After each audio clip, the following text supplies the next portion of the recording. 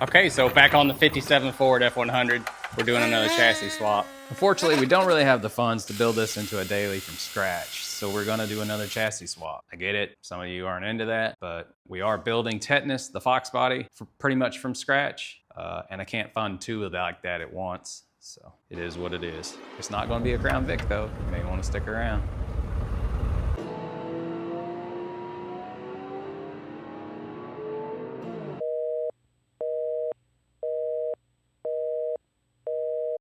Ready? Gonna go this way, just set it down. Yeah, got some separation right here. Another two-piece body part. So this thing had basically every possible F100 hood ornament except the correct one on it. And then this bird thing, which is really cool, but just not really what I want on here.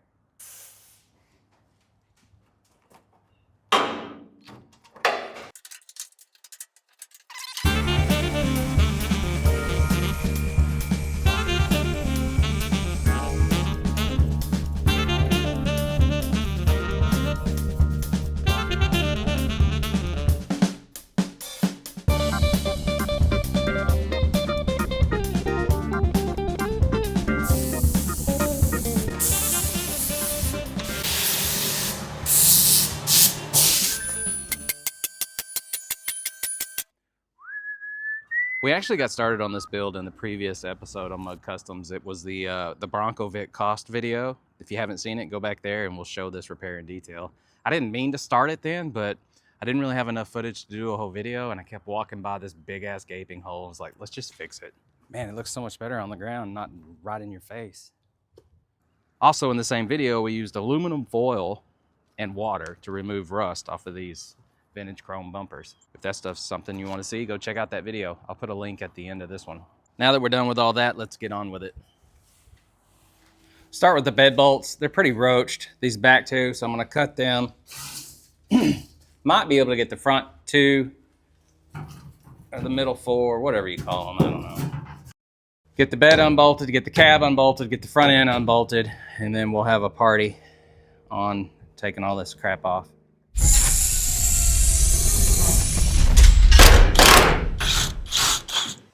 Let's do the next one.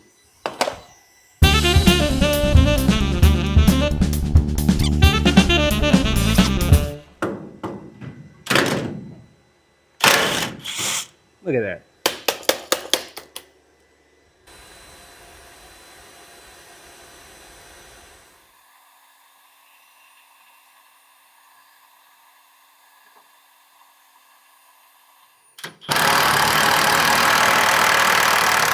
That is insane. It was literally sparking the whole time it was coming undone. This thing's worth its weight in gold.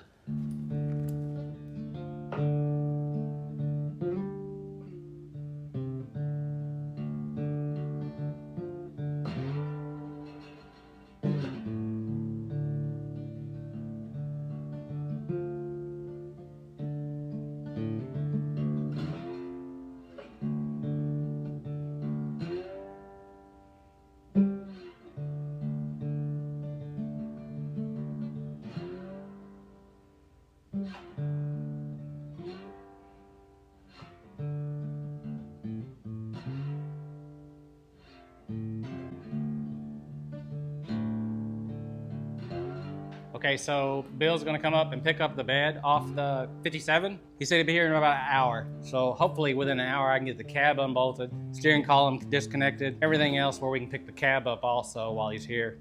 Yeah, so come on Fred, we got to go.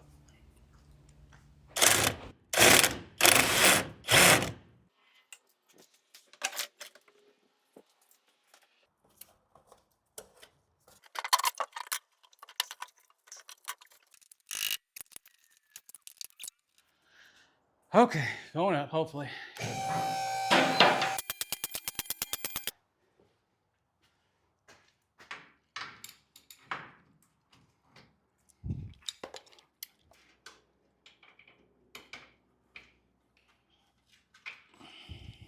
Oh, gosh.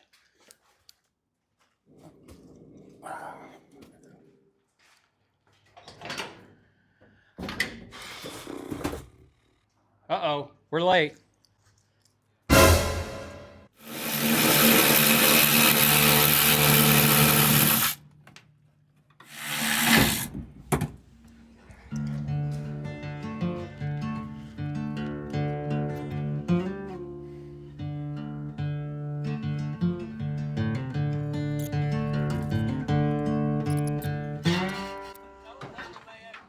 Hold it, keep it from Twisting? You You think? got some little better Yeah, I start saying.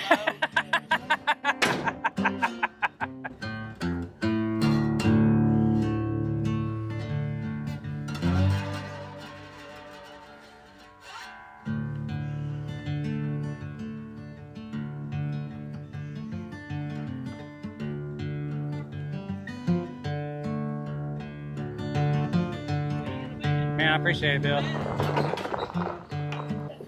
Best neighbor in the world. We'll haul this thing to the pit.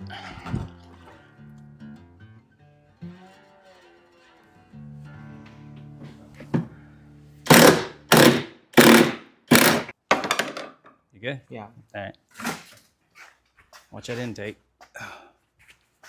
Just go right to your left.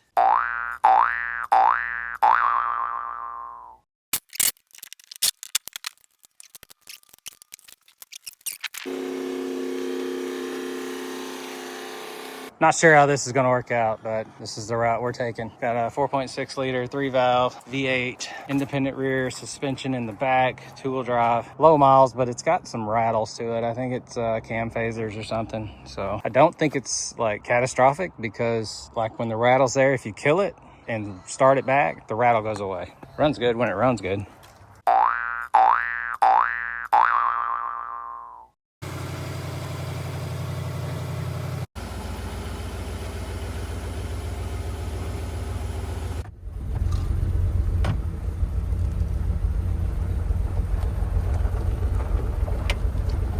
Don't fall out.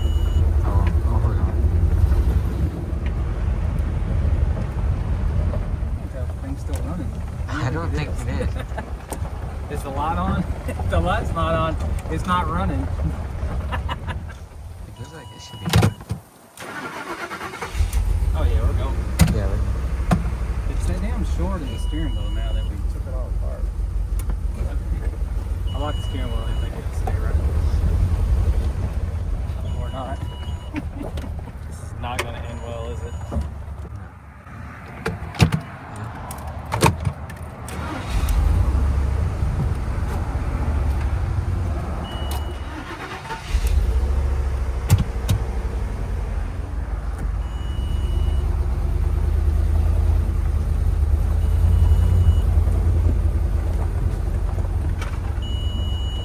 Okay, we made it.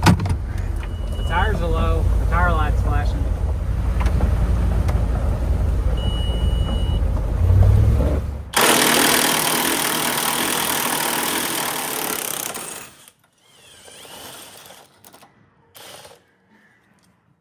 All right, guys, so we're in here. We're going to pull the carpet out, get to the remaining frame bolts, probably pull all the HVAC stuff up off the firewall, maybe out of it, all the inner fender stuff. Other than that, we're just going to keep working. It's pretty boring, so we'll probably time lapse it.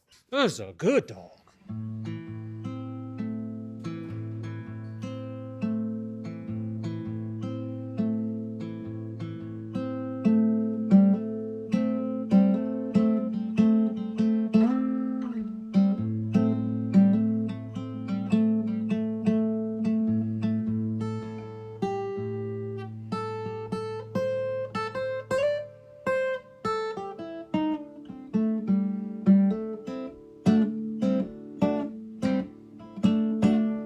You know what? Even sped up, this is extremely boring.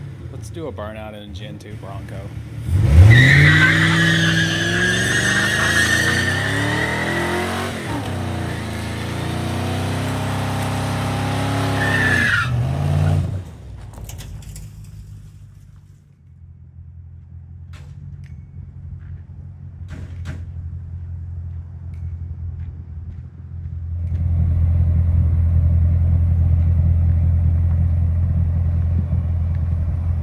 Hopefully that got your attention. I hate to say this, but I need your help. The only way we can really continue to fund this channel is if you guys buy merchandise. It disgusts me to even say that, but that's just the reality of it. Let me show you what we've got.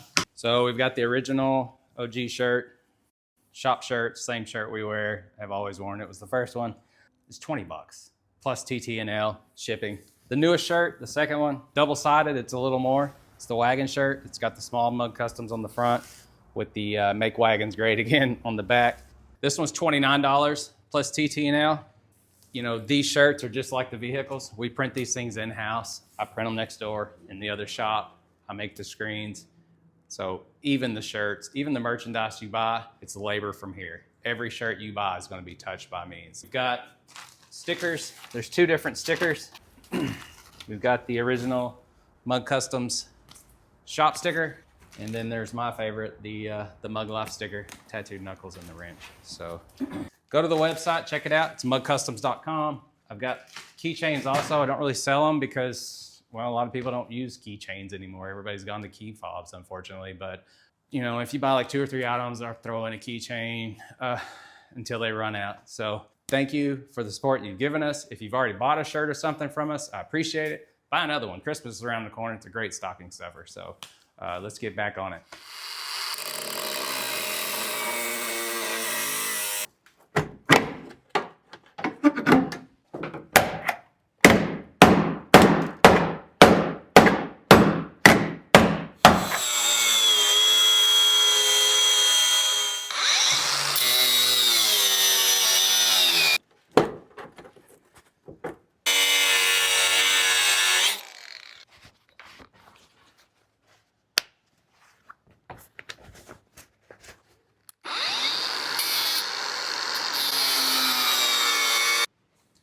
Two down, 1, 2, 3, 4, 5, 6 to go.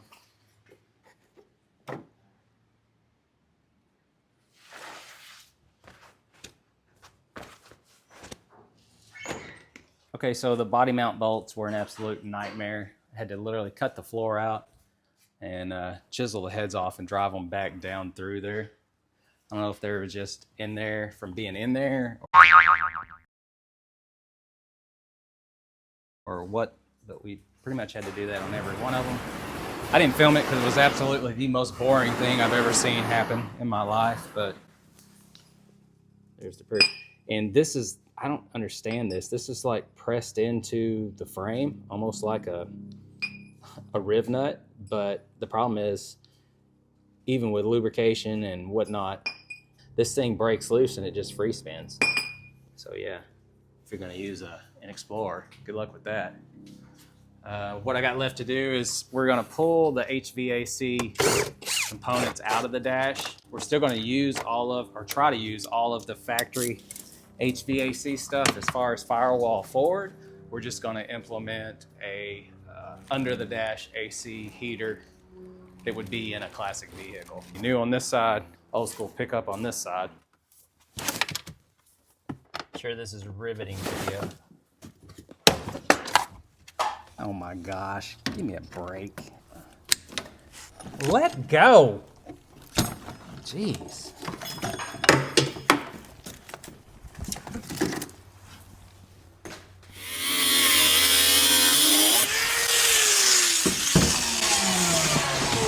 Again, that wasn't my fault. You chose this path. I'm merely playing the cards that were dealt.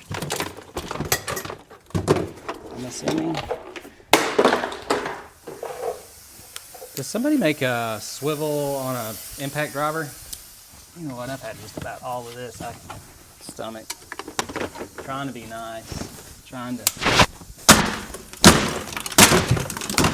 Should have done that from the get-go.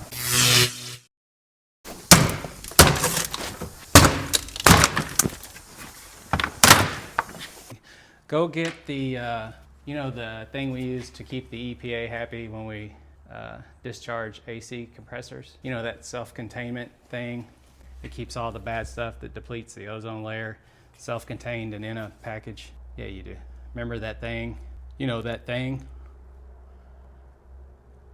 Yeah, that thing. Go get that thing. Doing some quick measurements. Oh, wow. That's gonna work. Let's see, core to bed is about 4 feet. This will fit in here. Now, how low you drop the body on the chassis will definitely impact your decision, but when we were going into this deal, I was assuming I was gonna have to treat it like a Crown Vic, cut everything out, use the frame with the engine mounted in it, and put the body on it, and that's what we were preparing for. That's why we've loosened everything off of here, pulled the cowl covering off, got all the wiper motors out. You know, the intent was to pull this whole body off, disconnect the column, the master cylinder from the brake booster, get the body off out of the way. In hindsight, after doing some measuring with the front end on the ground over there in this one, I feel like if we just trim away from like here, leave the inner fenders, leave the firewall, cut this out, but leave this part of it, you know, maybe just to get it out of here, cut it here and come down. And then, you know, take all this body off might be the route.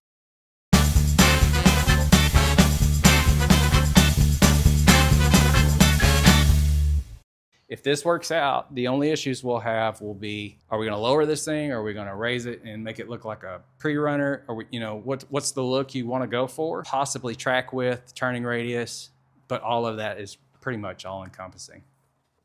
Could you imagine having to replace this? The heater cord. Okay, that's it for this episode.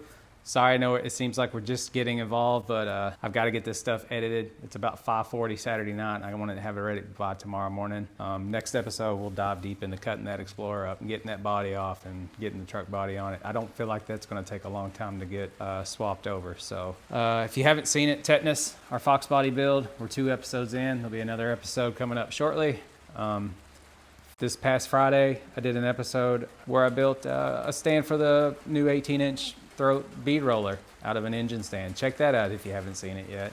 That came out yesterday. So I'm gonna go in here, I'm gonna have a drink, I'm gonna edit this stuff and get you guys set up for tomorrow. That way before church or after church or before football starts, you guys can check it out. It's starting to rain. I'm gonna get in here before I melt, and we'll see you guys Sunday, hopefully. Thanks for watching. Talk to you later, you know, because we're on the phone.